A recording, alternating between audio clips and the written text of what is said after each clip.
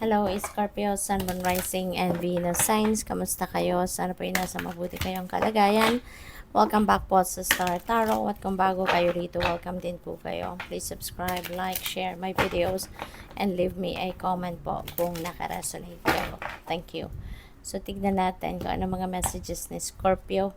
We have number 2, movement, choices, decisions. Ayan, siguro ngayon ang pinagkakaabalahan ninyo sa ngayon, ano? Maaaring meron ditong plan kayo na pwedeng mag-relocate, no? Pwedeng maglipat ng place of residence, maglipat ng trabaho, mag-change ng career path, mga ganon, no? Or pwede rin na meron kayong mga desisyon, no, na kailangan gawin na related sa pera, no, related sa negosyo ninyo, related sa relationship, yung mga ganon. Or yun nga, yung mga idea siguro ninyo ng pagbabago na gusto ninyong i-create sa buhay ninyo. So, maaaring kailangan ninyo rito na magdesisyon, no? So, good luck sa'yo. We have number 6, material and spiritual prosperity. Okay, Scorpio. So, pwede na ang iba sa inyo rito is merong material prosperity na makukuha or makakamit sa ngayon. Or, probably then,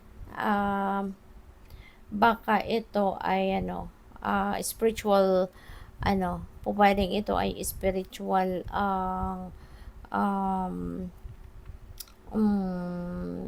knowledge, no, na pwedeng makuha ninyo din, no, mag-gather ninyo around this time. Pwedeng you're going to be more focused ngayon on your spiritual life, your relationship with yourself, with your soul, with God, no, with the rest of your spirit team. So siguro magkakaroon din kayo ng mas maraming attention, no, na gugugulin sa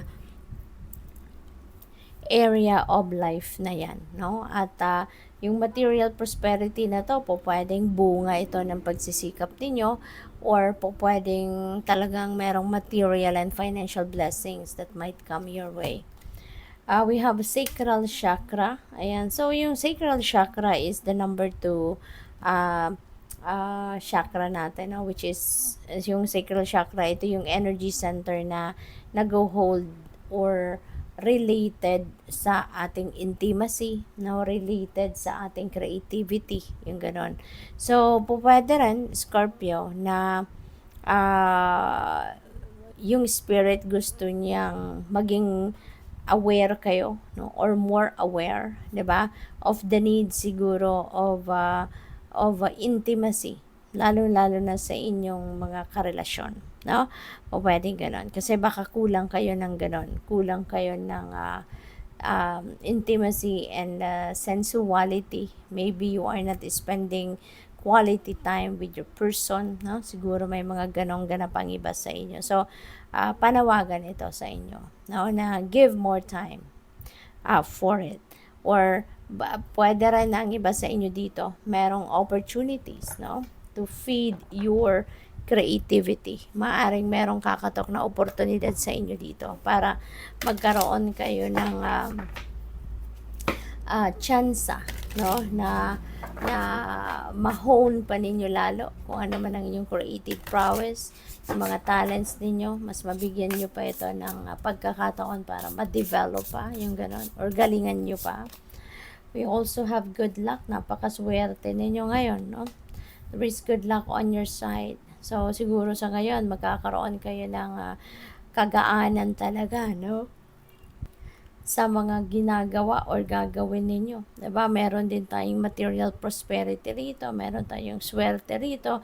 And yung black cat, no, that represents abundance as well and prosperity. So, parang kino-confirm niya lang ito, no, na definitely there is going to be some kind of kasaganaan talaga. May biyaya na dadating sa inyo na magbibigay pagkakataon sa inyo para kayo ay maging masagana na pagdating sa pera, lalo na At maganda rin itong pagkakataon na 'to or panahon na 'to or period na 'to kasi kung meron man kayong mga hindi pagkakaintindihan with another person, meron kayong kagalit, something like that, now is the time that you're also going to reconcile. Magkakaroon na kayo ng usapan, magkakaroon na kayo ng agreement, magkakaroon na kayo ng time para ma-patch up kung ano man ang hindi ninyo pagkakaintindihan. And syempre, no, magiging masaya kayo. There are so many reasons for you to be happy. Isa na dyan yung yung mga desisyon na ito na gagawin ninyo. That's for sure ikakasaya ninyo yan, 'di ba? At yung material and prosperity na paparating sa inyo, merong swerte dito. So, there you have so many reasons dito to be happy. Kaya, yun ang mararamdaman talaga ninyo. So, tignan natin kung ano pa ang mga mensahe ninyo. We have loan approved. Wow. So, isa pa tong blessing, 'di ba? Kasi baka meron kayong pangangailangan sa pera sa ngayon at yun, no, kung kayo ay naglo-loan man, kayo ay maaano nyo na, makukuha nyo na ngayon yung ano ninyo, yung perang hinihiram ninyo, no? Kasi, yan, approve na kayo, baka meron kayo mga big purchases na gagawin at kaya kayo nag-loan. So, what else? We have payday. Ayan. So, ang hinihintay lang siguro din ng iba sa inyo sa ngayon, yung payday ninyo. Kasi baka naka-budget talaga kayo, no? At baka yung payday na yan also, baka magkakaroon din kayo dyan ng extra money. No? Baka ang iba sa inyo ngayon, makaka-receive na ng bonus. Yeah, November, 'di ba? This is for November reading. So, baka during this November month talaga, baka shopping day talaga ninyo, 'di ba? Or pag payday ninyo, shopping day din ninyo, pwedeng ganun. Kaya siguro 'yun ang inaantay ninyo, no, na yung araw ng pagsweldo ninyo para kayo ay makapag-shopping. Because maybe you are expecting extra money from that or baka kasabay na dito nga yung bonus ninyo, 'di ba? Bonus time. At saka for some of you, no, pag buwan na ng ng November, 'di ba? Black Friday sale na sa US at saka sa sa Canada din, no? On the last sa Canada, I know yung last Friday of the month, no, Black Friday sale. Kaya siguro yung sakto lang 'yun sa sweldo, 'di ba?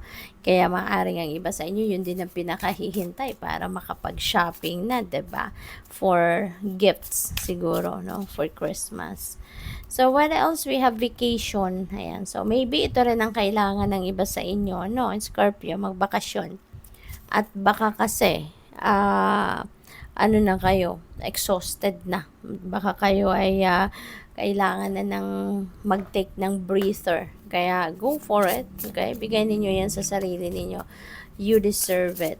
Diba? Masipag kayo magtrabaho, marami din kayong kina-stressan sa buhay. So, give yourself time a breather. Okay? Give yourself time to breathe. I mean, give yourself time to relax, to chill. So, what else? We have freedom. Ayan.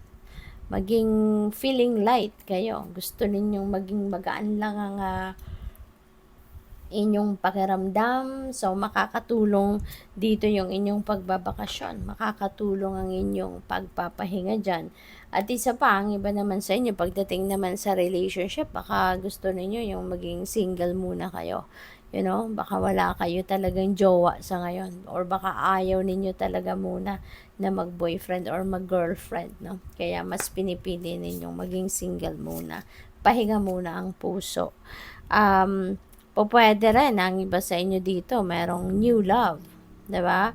Merong bagong may potential, no, na bagong karelasyon or magkakaroon ng bagong manliligaw, something like that. So you're definitely starting siguro a new relationship or meeting new people, no? Passion, ayan. So, kung sino man ito, no, na new love din, no, for some of you, no, na papasok sa isang romantic relationship, siguro there is chemistry between the two of you. So, siguro mararamdaman din ninyo yung parang in sync kayo sa bawat isa, yung nararamdaman ninyo talaga yung connection, no, ninyo between the two of you, no? So, po pwedeng gano'n. Kaya pwedeng kahit hindi kayo pa matagal na magkakilala, pero ramdam ninyo na parang malalim, no, yung inyong pagtitinginan, something like that. So, good luck. Thank you for watching Love and Light. Namaste.